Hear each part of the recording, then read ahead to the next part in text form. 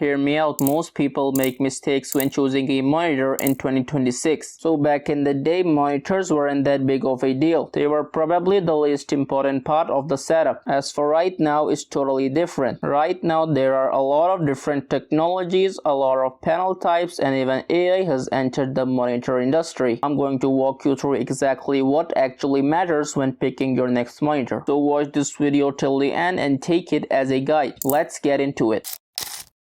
Alright, the first thing is the screen size. This one feels obvious, but people still mess it up. Here's the thing, people usually think that bigger is always better. However, that's not the case. If you're sitting 2 feet away from a 32-inch monitor, you're going to be moving your head like you're watching a tennis match. And that's not gaming. So the sweet spot for most people in 2026 is 24 to 27 inches. 24 inches is great if you're working at a smaller desk or closer to your screen. However, 27 inches is the mainstream pick. It gives you a lot of screen without making it feel like a workout. So when we talk about 32 inches, that starts to get into the TV territory. It works, but you need to sit further back around 3 to 4 feet minimum. Otherwise, it just feels overwhelming. Also, screen size and resolution go hand in hand. A bigger screen needs a higher resolution to still look sharp. A 27-inch monitor at 1080p looks a bit soft. However, a 24-inch monitor at 1080p looks totally fine. Same resolution but different experience. Okay, resolution is the one everyone argues about online, so let's clear it up. Resolution is just how many pixels are packed into your screen. In simple words, more pixels equal to more detail and sharper images. So now here are the common resolutions people tend to look at. The first one is 1920 by 1080p, aka 1080p. It's a budget pick which is still totally usable, especially on a smaller screen. If you're on a tight budget, don't let anyone make you feel bad about 1080p. It's good enough. So the next resolution is 2560 by 1440 pixels, aka 1440p. This is the sweet spot for most users right now. It looks sharp, it doesn't destroy your GPU, and it's widely supported. If you can afford it, this is where to be. Our last resolution is 3840 by 2160 pixels, aka 4K. It looks magnificent. However, your PC actually needs to be able to push 4K. If you've got a mid-range GPU, 4K gaming is going to be a slideshow with an unstable FPS. So go for 4K if your PC can actually handle it. Also, running 4K at a higher refresh rate requires serious GPU power, and running 1080p at a high refresh rate is much easier. It's like a triangle. You're always balancing between sharpness, smoothness, and how hard your hardware has to work. So before you choose a resolution, take a look at your PC and ask yourself if it's even capable enough.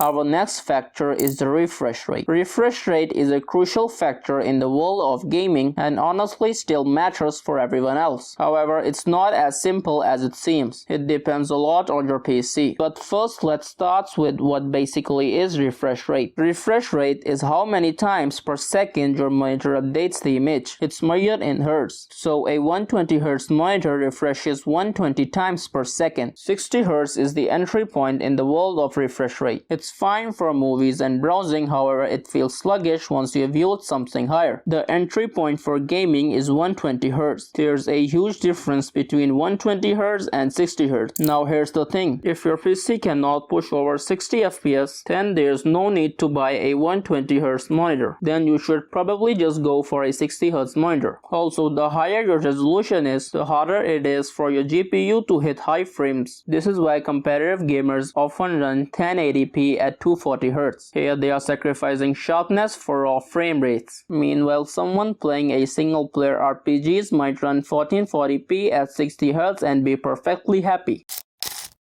The next factor is where people's eyes glaze over, and it's the panel type. There are 4 main panel types: IPS, VA, TN, and OLED, and they are not equally good. Let's start with the TN panel. It has the fastest response time and it's usually the cheapest. However, the colors look washed. If you tilt your head slightly, the whole screen looks different. It's only really justified for hardcore competitive gaming where you need the absolute fastest response. Otherwise, you should probably skip it. The next one is the VA panel. It has the best contrast ratio out of all four. It's great for watching movies and videos. However, the downsides are slower pixel response that can cause smearing or ghosting in fast motion. Now the next one is the IPS panel, and it's the one I would recommend for most people. It has the best color accuracy and widest viewing angle. It's great for video editors, content creators, general use, and gaming. However, they have worse contrast than VA, although modern IPS panels have improved a lot. Now the last one is the OLED panel, and trust me, I want to talk about this panel in detail, but I can't. So I'll just say that if you are willing to spend more money, it's the best panel type out there. However, the recommendation for most people in 2026 is probably the IPS panel, unless you want that inky black contrast or you're a professional competitive gamer. If you found this video helpful, then make sure to subscribe the channel for more tech related content, and I'll see you in the next one. Peace out.